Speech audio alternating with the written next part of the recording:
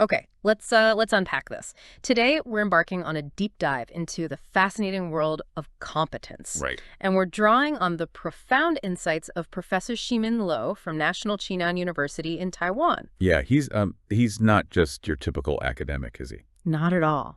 He's got this remarkable blend of extensive industry experience, started as an R&D engineer, then management role, senior exec, corporate consultant. That really comes through. It does. And these notes we're diving into, they're from an online talk he gave for his Strategic Management of Multinational Corporations class, SMMC.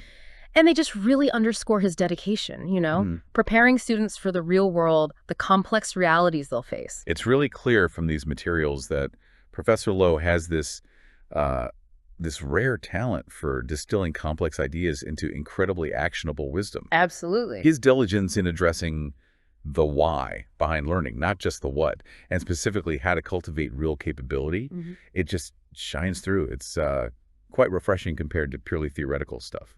It really is.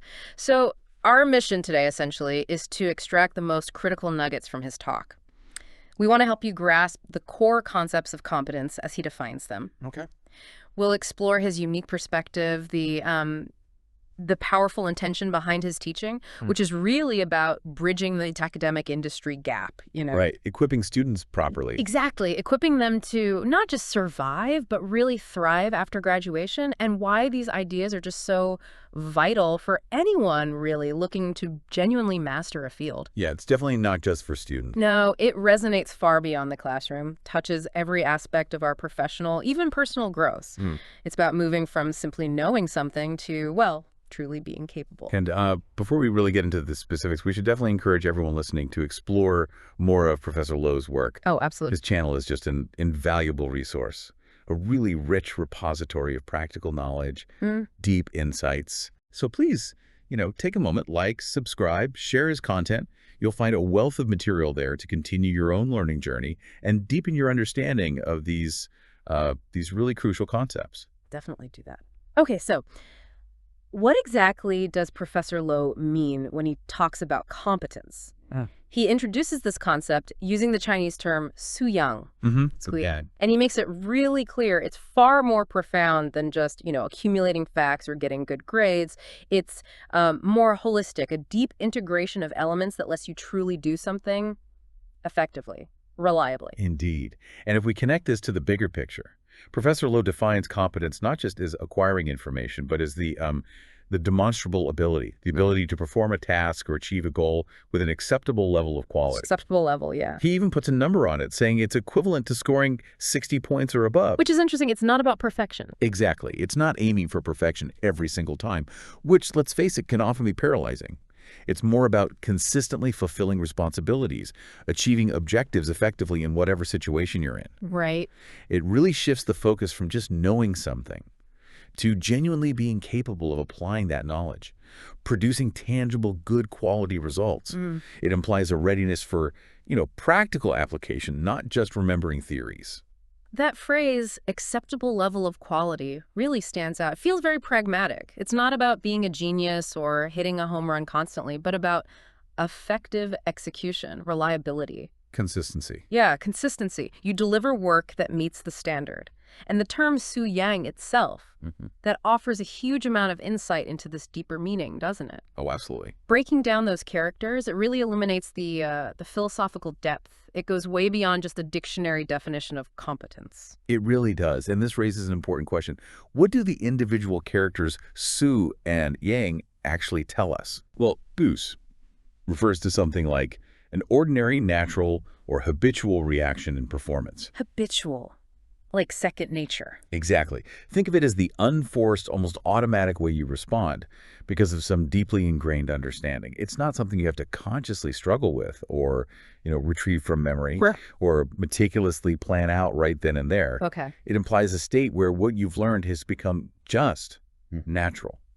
Then you have, this denotes a capacity, an inherent ability, or maybe even a cultivation, something nurtured, developed over time. Right, developed. So you combine them as Su Yang, It implies that what's been learned has been truly absorbed, digested, really integrated into your very being. Wow. It's not just stored information anymore. It's become an inherent part of you. And that leads to these naturally demonstrated abilities, often without conscious, effortful thinking.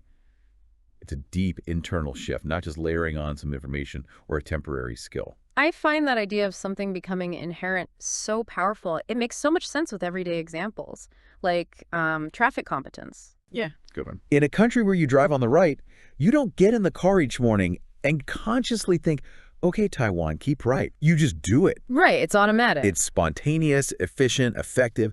It's just embedded in how you operate. Or think about a master chef.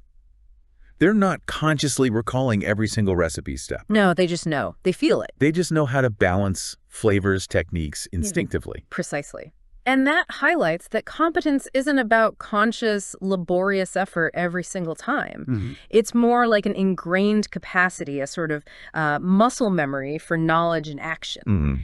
And this is exactly why Suyang is different from just having knowledge or just having a skill. It's the seamless integration of multiple elements that allows for that effortless, high-quality performance. Okay. It's the culmination of learning, reaching a point where it transcends just cognitive recall and becomes part of your operational identity, enabling, graceful and effective action even in new situations. Professor Lo clearly states that this true competence, this Suyang, it encompasses 3 interconnected elements: knowledge, skills, and attitude. The trifecta. Yeah.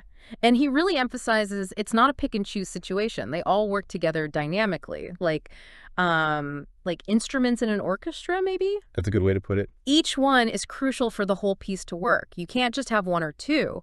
For real competence, you need all 3 playing in harmony, supporting and amplifying each other. And what's really fascinating here isn't just that these 3 pillars exist, but the distinct role each one plays and how they absolutely depend on each other for practical application. They're interdependent. Totally. They don't just sit side by side. They actively support and influence one another. It's a dynamic system, forming this robust foundation for actually performing effectively. Okay, let's unpack this a bit more then, starting with knowledge. This is the bit we usually think of first, right? Knowing what to do. The information. Yeah, the facts, the theories, principles, data, frameworks. So in strategic management, for example, this would be understanding market analysis models or theories of organizational structure, competitive strategies, maybe global economic trends. The textbook stuff, essentially. Right. It's the raw material for understanding, the intellectual foundation. It gives you the map of the territory, so to speak. However, and this is crucial in Professor Lo's view, competence goes way beyond just knowledge. While it's foundational, knowing what to do is, well, insufficient on its own. Right. You absolutely must also be able to do it effectively. You could, theoretically, read every single book on strategic management, memorize every framework. Know it all cold. Exactly. But if you cannot apply those theories to a real-world business challenge, like, say, developing a market entry strategy for a multinational, or doing a proper SWOT analysis for an actual company, then the knowledge is just inert. Pretty much. It remains theoretical. It's like knowing all the rules of chess, but not actually being able to play a decent strategic game. Knowledge provides the base, but it's definitely not the complete picture of Suyang. Which naturally brings us to skills. These are about being able to perform actions, to truly execute tasks. The how. Yeah, the how. So if knowledge is the map, skills are the vehicle you use to navigate it. The ability to translate that theoretical understanding into practical output. If knowledge is understanding how an engine works, skills are actually driving the car, shifting gears, steering, braking effectively, keeping control. Right. In a professional context, this could be giving a persuasive presentation or leading a cross-cultural team, negotiating a deal, analyzing financials. It's the operational capability. But here's where Professor Lo's framework introduces a really crucial distinction. He positions attitude as the truly foundational element. Foundational, more so than knowledge or skills. Well, he argues it dictates how one should act in different situations. It influences your whole approach to tasks, to challenges, to learning itself. Okay. It forms the sort of inherent basis that supports the sustainable development of skills and the effective acquisition of knowledge. So, without the right attitude. Exactly. Without the right attitude, one of, say, curiosity, perseverance, responsibility, openness to failure, the learning process for both knowledge and skills might be hampered. It could become unsustainable or just fail to produce that deep, lasting competence. Right. Think of attitude like the operating system for your knowledge and skills. If you don't have a healthy, robust OS, even the most advanced apps won't run optimally. They might even crash under pressure. So attitude isn't just a nice to have or a soft skill in the way we usually talk about it. Not at all. It's the very ground supporting everything else. It's the glue holding knowledge and skills together. It provides that internal drive, that resilience you need for long-term development. A positive, proactive attitude can keep you going over a long journey through the inevitable failures and successes, pushing towards mastery even when the path is tough or ambiguous or just frustrating. It's the commitment, right? The commitment to keep learning, keep applying, adapting, growing. Yeah. Professor Lo uses this really good archer analogy to illustrate the interconnectedness. Oh, yeah. So knowledge is understanding the physics, the bow, the arrow, the target distance, the wind conditions, ballistics, aerodynamics, all that. Okay, the science bit. Right. Then skills are the physical techniques. Holding the bow right, drawing the string optimally, aligning your body, aiming accurately, releasing smoothly. The mechanics. Exactly. But it's the attitude, that intense focus, the unwavering discipline and practice, the resilience after you miss a shot, the patience to wait for the right moment, and that underlying commitment to always improve that truly integrates the knowledge and the skills. I see. So the attitude makes the knowledge and skills actually work together effectively? Precisely. This integrated competence means the archer can instinctively adjust to changing conditions, consistently hit the target, maybe even innovate new techniques or adapt to new gear, all without consciously analyzing every single micro step. It becomes natural. Yes, their performance becomes this natural, effective, almost effortless display of deep mastery, and it's driven by that inner determination. The attitude is the inner core enabling that seamless high-level performance. Let's dive even deeper into attitude then, because Professor Lo really positions it as the unwavering compass of competence and learning. Right. It's not static. No, it's the dynamic guiding force, the internal navigation system directing the whole journey of development. And putting this in a broader context, attitude profoundly dictates how you approach everything, tasks, challenges, the whole learning process.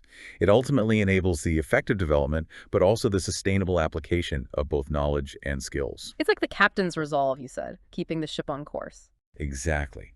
That resolve provides the crucial push to actively seek out new knowledge, to diligently practice and hone skills, and critically, to persist when things get difficult, when you face setbacks or just long periods of hard work.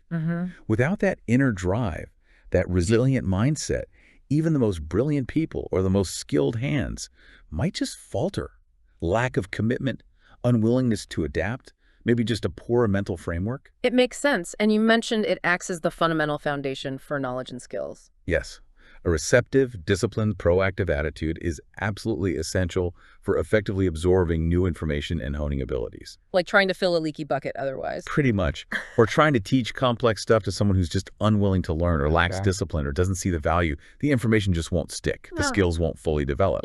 So without the right attitude characterized by real curiosity, intellectual openness, persistence, a willingness to embrace challenges, the learning process for knowledge and skills can be severely hampered.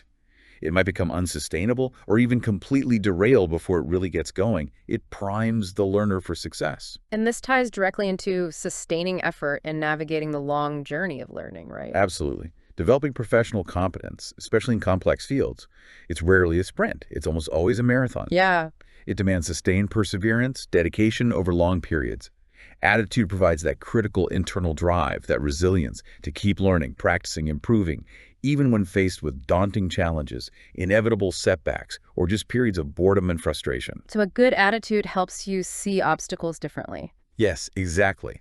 A positive, growth-oriented attitude lets you view obstacles not as impossible barriers, but as valuable opportunities for growth, for deeper understanding. It provides that crucial internal motivation to push forward when things get tough, to learn from mistakes, and, importantly, to pick yourself up after a failure. And this next point feels absolutely key to Professor Lo's whole philosophy, enabling autonomous learning and responsibility. Huge. He highlights that a crucial aspect of attitude is being the main character in your own learning journey, taking full responsibility for it. Mhm. That really speaks to a proactive, self-driven approach. You're not just passively receiving information.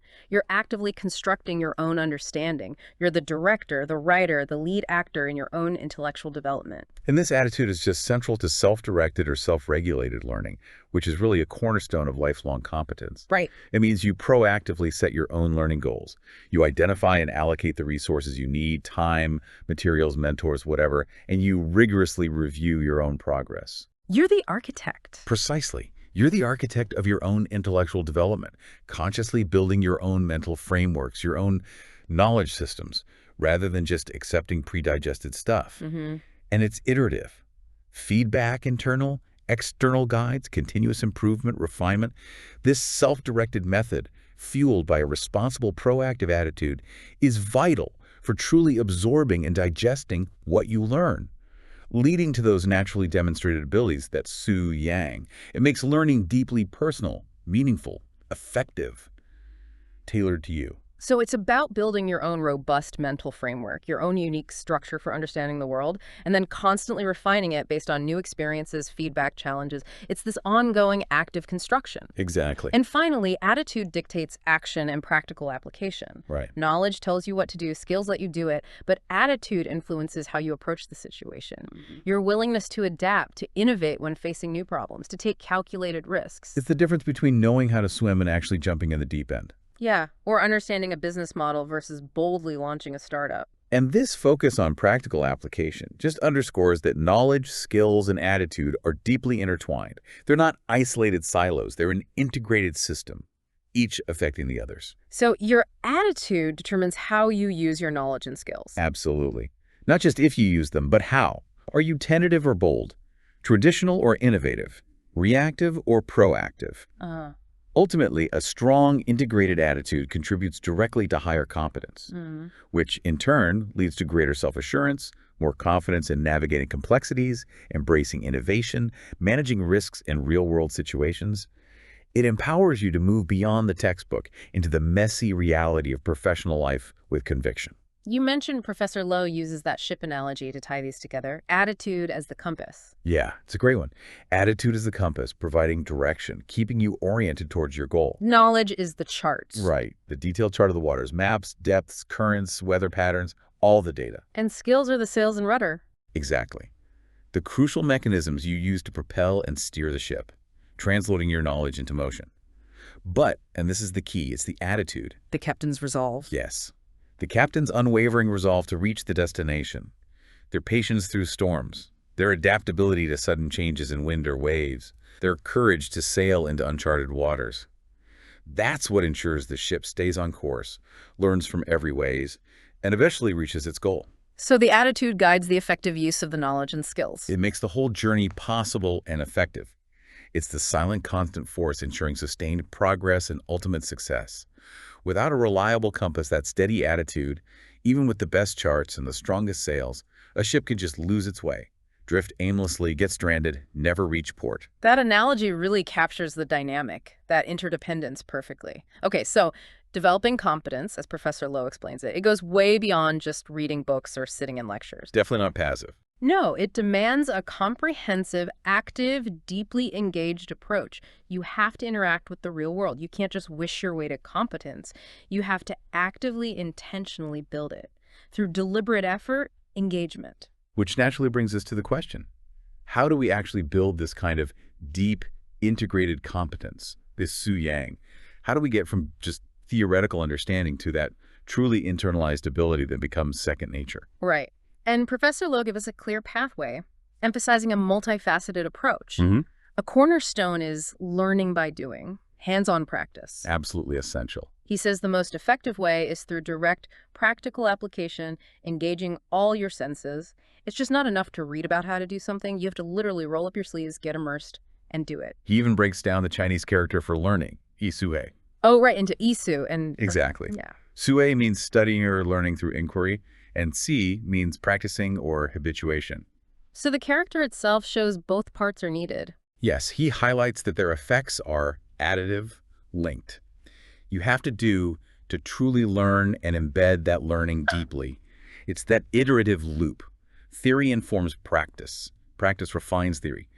Could be simulations, role-playing, apprenticeships, actual projects. And this hands-on approach is strongly supported by the need for observation, listening, and experiencing actual events and problems in their real-world context. Yeah, you can't just stay in the lab or the library. No, competence isn't gained just from abstract understanding or isolated exercises. It absolutely demands direct engagement with real scenarios to see how things really function or malfunction in practice. You need to vividly observe how theories play out in complex situations, how experienced pros handle stakeholders, how unexpected problems crop up, and crucially, how they get resolved effectively in dynamic settings. So actively watching experts, listening intently to their insights, their reasoning. Exactly. Immersing yourself in the practicalities, the ambiguities of a field.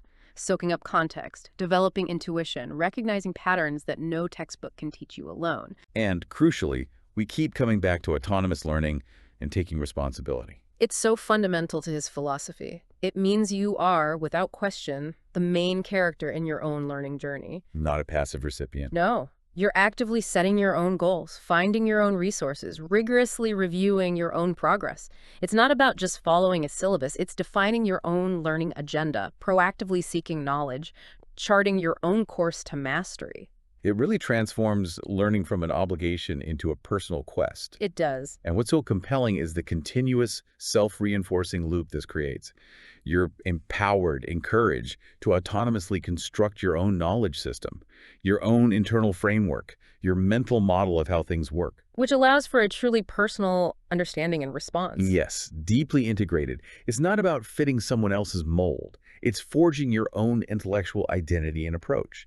And this self-construction allows for genuine, personal understanding, tailored responses with continuous feedback reflection, external inputs guiding that iterative improvement. This whole process ensures that what's learned becomes inherent, almost instinctive, leading to that natural, effortless demonstration of abilities, like the traffic competence example. It's a living, evolving system of understanding you continually refine, ensuring adaptability, growth over time. You use the analogy of training for an expedition. Yeah, I think it captures it well. You start by studying maps and guides. That's your foundational knowledge. Right. Then you diligently practice skills, tying knots, climbing techniques, navigating in controlled settings. Okay. But true competence isn't just knowing and practicing in isolation.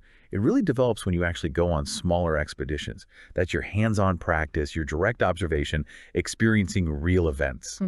On these trips, you learn to adapt to unexpected terrain, unforeseen challenges. That's dictated by your attitude, your resilience, your problem-solving mindset. Okay. And you fully take ownership of your journey, planning routes, preparing gear, making crucial decisions on the fly. That's your autonomous learning in action. And your attitude keeps you going. Exactly. Your unwavering resilience, determination. Your core attitude sustains you through the tough parts. It allows you to absorb new lessons, integrate them, until navigating complex challenges becomes second nature. The whole process transforms you from a novice into a confident, self-reliant explorer. Ready for any adventure. Pretty much. It's a profound, holistic transformation from simply knowing to instinctively mastering. It emphasizes competence is less about what you have and more about who you become through sustained, integrated effort. So with all this talk of knowledge, skills, attitude, how they intertwine, what's the ultimate goal of learning, according to Professor Lo? It's clearly not just passing a test or getting a degree. No, there's a much deeper, more enduring purpose, something that lasts far beyond any academic setting. Right. He emphasizes the primary goal is to firmly establish and continuously enhance your competence. That's Yang in a specific professional field or topic. It's about achieving that deep absorption and digestion of knowledge, skills, and attitude so it becomes truly second nature. Developing an intuitive mastery that lets you perform effectively, even under pressure, without consciously analyzing every step. So it's a shift from intellectual grasp to embodied capability. Yes, an almost instinctive understanding and ability. Cultivating the ability to perform beyond conscious thought, reacting efficiently, effectively to new challenges. He also stresses that incredibly valuable idea of portable knowledge, skills, and attitudes. Yes, crucial. Things you can take with you and apply throughout your entire life across different careers. That portability feels absolutely vital, especially now when things change so fast. What's relevant today might be obsolete tomorrow. You need transferable, adaptable abilities, not tied to just one job description or industry. Right. And this emphasizes that the competence you gain isn't just for immediate tasks or specific job functions. It's a lasting, highly transferable ability. It's about enabling you to competently perform tasks, achieve goals, with that acceptable level of quality. The 60 points or above signifying your inherent capacity to fulfill responsibilities effectively, regardless of the context. So that portability makes your learning really valuable long-term. Exactly. It lets you adapt, innovate, thrive in constantly evolving situations across a lifetime of diverse challenges. It equips you with a foundational capability that unlocks tons of possibilities, not just a narrow set of predefined actions. Professor Lo gives us another fantastic analogy here, doesn't he? The goal of learning is like forging a master key. The master key, right? You learn all about the intricate mechanisms of different locks. That's your knowledge of principles, structures, theories. Then you practice various turning techniques, manipulation methods. Those are your skills. Got it. But the true goal isn't just opening one specific lock. It's forging a master key that's your integrated competence, your Su-Yang, that instinctively opens a wide variety of locks, even totally new or complex ones you've never seen before. Because you understand the principles.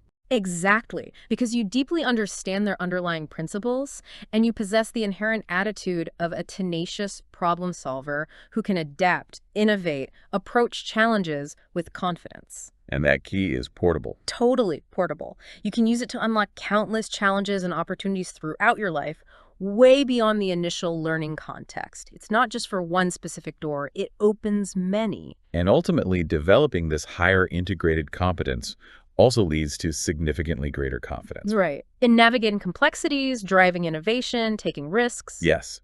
When you have that master key, you approach new locks, new problems, unexpected challenges, novel opportunities with a real sense of self-assurance. You know you have the integrated capabilities, the Su-Yang, to figure them out, even if you haven't seen that exact lock before. It fosters a proactive stance. Yes, rather than purely reactive, empowering you to shape your own path. Now, what makes Professor Lo's insights so impactful, so unique, is his own deeply personal teaching philosophy. Which he shares in his Friendly Reminder of Learning video. Right. He explicitly says he doesn't see himself as a traditional lecturer, just, dispensing information. His whole approach is informed by his incredible life and career journey. Which gives his academic insights that rare grounding in practical reality. Totally. You mentioned his background earlier, not just academic. He's deliberately walked multiple paths, R&D engineer, then various management roles, section chief, department manager, senior exec in big companies. And now he's also a corporate consultant, independent director for listed companies. Wow. He openly says he considers himself not like 95% of professors because of this extensive hands-on industry experience. And that firsthand, battle-tested understanding really shapes his teaching. It makes it uniquely relevant. It does. He views his role in education not just as teaching, but as a form of social innovation, maybe even a social venture. Social innovation? How so? His explicit aim is to solve problems he sees in higher education by actively bridging that notorious academic industry gap. He recognizes universities too often produce graduates who are theoretically strong, but might lack that practical, integrated competence the Su-Yang needed to thrive immediately in the real world. So his core goal is to equip students with that. Exactly. That integrated blend of knowledge, skills, and attitude to empower them to succeed, really flourish after graduation, whether they go into further study, entrepreneurship, or traditional jobs. He's not just teaching a subject, he's preparing them for a lifetime of impactful contribution. So if he's not a traditional lecturer, how does he actually see his role? Well, he firmly believes effective education isn't about stuffing information into students like filling empty vessels. Right. Instead, it's profoundly about inspiring, guiding, facilitating autonomous learning. He sees the teacher not as a bottleneck or a gatekeeper of knowledge. Hoarding information. Right. He sees himself as a facilitator, someone who removes barriers, provides resources, empowers students to discover, explore, construct their own understanding. And crucially, he sees himself as relationship capital for his students. Relationship capital. What does that mean in practice? It means he offers ongoing guidance, mentorship, connections that students can actively leverage for their future, extending way beyond the classroom. Like introductions, career advice. Exactly. Maybe connecting students with industry leaders for internships, giving career advice based on his own diverse journey, or just being a sounding board for their entrepreneurial ideas. Yeah. Offering a network that takes years to build yourself. That's a powerful idea. It really shifts the dynamic from hierarchical to collaborative, empowering. Totally. And because of this philosophy, he intentionally expects more from students. He offers them significantly more freedom, flexibility, opportunities for innovation in his courses. He acknowledges this comes with risks, variations, especially in his English medium instruction EMI classes, where language adds complexity. He's open that true innovation involves uncertainty, occasional inconvenience, but he thinks it's essential for fostering real competence. And he's very transparent about his methods, his intentions. Yeah. Remarkably so, laying them bare for students to critically evaluate. He explicitly doesn't want passive acceptance. Right. He consistently encourages students to actively differentiate facts from opinions in class and to autonomously construct their own knowledge systems. Not just memorizing. No, truly understanding the logic, Yeah. building their own coherent mental frameworks, synthesizing information.